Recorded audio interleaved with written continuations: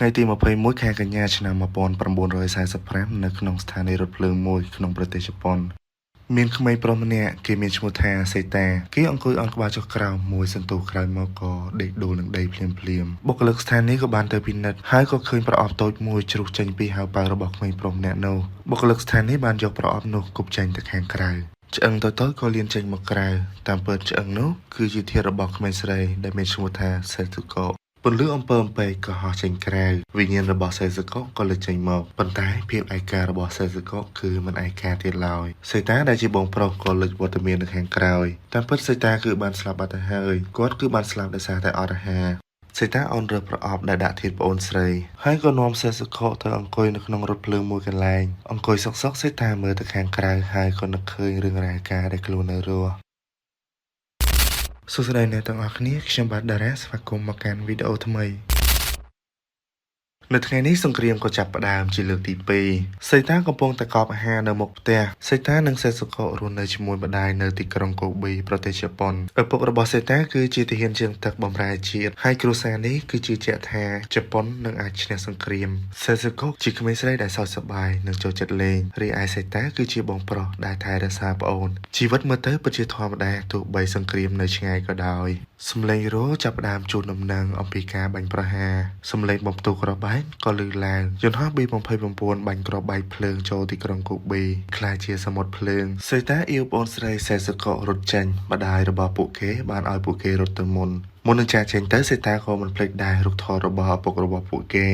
មិនយូរប៉ុន្មានសមុទ្រភ្លើងក៏ចាប់ផ្ដើមដុតផ្ទះសម្បែងអ្នកស្រុកផ្ទះរបស់ខ្លួនក៏បានឆេះសេតាចង់បកទៅជួយម្ដាយវិញដែរប៉ុន្តែមិនអាចទៅជួយបានដោយសារខ្លួនមានបន្ទុកប្អូនស្រីនៅខាងក្រៅខ្នងម្ដាយរបស់សេតាត្រូវរងរបួសធ្ងន់ដោយសារគ្រាប់បែកភ្លើងដុតខ្លួនរបស់គាត់ឡើងសោកសែកអ្នកស្រុកបានបញ្ជូនគាត់ទៅមន្ទីរពេទ្យដើម្បីសង្គ្រោះបន្ទាន់ប៉ុន្តែជាអកុសលដោយសារមន្ទីរពេទ្យគ្មានថ្នាំនិងវេជ្ជបណ្ឌិតគ្រប់គ្រាន់នៅពេលដែលសេតាបានទៅដល់ឃើញម្ដាយកំពុងតែរងរបួសហើយត្រូវរំបងយ៉ាងជិតខ្លួនឈាមក៏ចាប់ផ្ដើមហូរបន្តិចម្ដង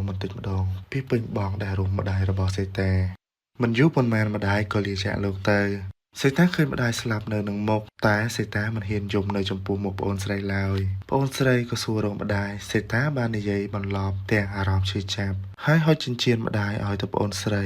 សេតាបានលាក់ការពិតប្រាប់ប្អូនស្រីសេស៊ូកូថាម្ដាយកំពុងសម្រាកព្យាបាលប្អូនស្រីក៏និយាយថាខ្ញុំពិតជានឹកម៉ាក់ខ្លាំងណាស់ដោយទប់ទឹកភ្នែកមិនបានសេតាក៏ចាប់ផ្ដើមលេងបន្លប់ដើម្បីឲ្យប្អូនស្រីបានសើចទាំងអារម្មណ៍នៅក្នុងខ្លួនពួកគេចាប់ផ្ដើមធ្វើពិធីបុណ្យសពដោយស្ងៀមស្ងាត់ចាប់ពីពេលនោះមកសេតាមិនមែនជាក្មេងប្រុសទៀតឡើយសេតាបានក្លាយជាមនុស្សធំដោយបង្ខំព្រោះតែសង្គ្រាមមិនយូរប៉ុន្មានសេតានិងប្អូនស្រីក៏បានទៅរស់នៅជាមួយម្ដាយមីងដំបូងមីងរបស់សេតាទទួលពួកគាត់បានយ៉ាងល្អប៉ុន្តែមិនយូរប៉ុន្មានសង្គ្រាមក៏ចាប់ផ្ដើមអូសបន្លាយកាន់តែយូរទៅអាហារកាន់តែខ្វះខាតអារម្មណ៍មនុស្សក៏ចាប់ផ្ដើមប្រែប្រួលមីងរបស់សេតាក៏ចាប់ផ្ដើមចោទពួកគេថាមិនជួយការងាររៀបធៀបអាហាររបស់ពួកគេហើយនិយាយប្រាប់ថាអ្នកណាដែលមិនបានធ្វើការមិនគួរញ៉ាំច្រើននោះទេសេស៊ូកូជាក្មេងស្រីគ្រាន់តែយំនិងឃ្លានតែប៉ុណ្ណោះដោយសារតែការរឹតបន្តឹងនិងមានអារម្មណ៍ថាជាខ្លួនត្រូវបានស្ដីបន្ទោសសេតាក៏សម្រេចចិត្តចាកចេញហើយក៏ចាប់ផ្ដើមទៅយកប្រាក់សន្សំនិងអាហារដែលបានកប់ទុកនៅមុខផ្ទះហើយក៏ចាប់ផ្ដើមនាំសេស៊ូកូទៅរស់នៅតាមជញ្ជាំងឬនៅក្រោមស្ពានវាជាការជ្រើសរើសដែលបង្ហាញថាពីមោទនភាពវាជាការជ្រើសរើសមួយដ៏ខុសឆ្គងរបស់សេតាប៉ុន្តែភាពមិនទាន់នឹងក្តីមិនដឹងពីគ្រោះថ្នាក់យ៉ាងម៉េចសេតាក៏ចាប់ផ្ដើមនាំប្អូនស្រីទៅរស់នៅតាមបែបជីវិតរបស់ពួកគេ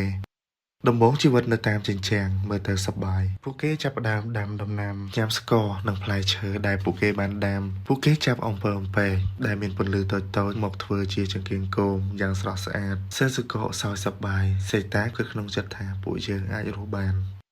ព្រឹកឡើងអំពើអំពែកស្លាប់បាត់ទាំងអស់សេស៊ូកូធ្វើភ្នូរតូចហើយក៏សួរបងប្រុសថាហេតុអ្វីអំពើអំពែកត្រូវស្លាប់តើម៉ាក់ស្លាប់ហើយមែនទេសំណួរមួយនោះសេតាមិនអាចឆ្លើយបានទេព្រោះតែសង្គ្រាមធ្វើឲ្យពួកគេបានបាត់បង់ម្ដាយសេតាមិនអាចនិយាយអ្វីបានទាំងអស់មានតែទឹកភ្នែកហើយនិយាយលួងប្អូនស្រីតែប៉ុណ្ណោះអាហារក៏ចាប់ផ្ដើមអស់សេតាក៏ចាប់ផ្ដើមលួចអាហាររបស់អ្នកភូមិហើយក៏ត្រូវអ្នកភូមិចាប់បានវាយសេតាយ៉ាងចាស់ដៃ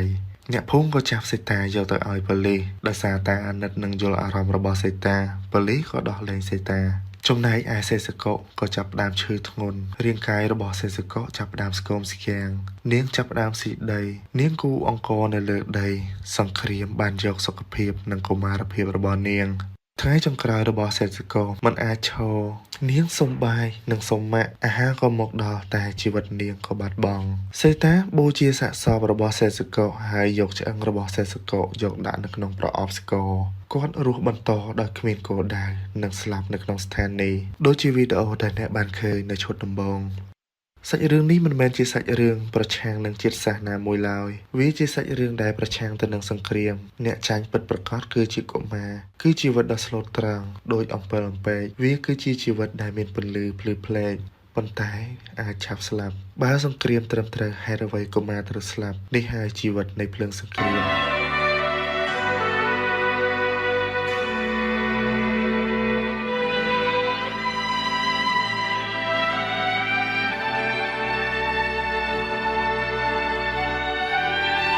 それからおやすみ。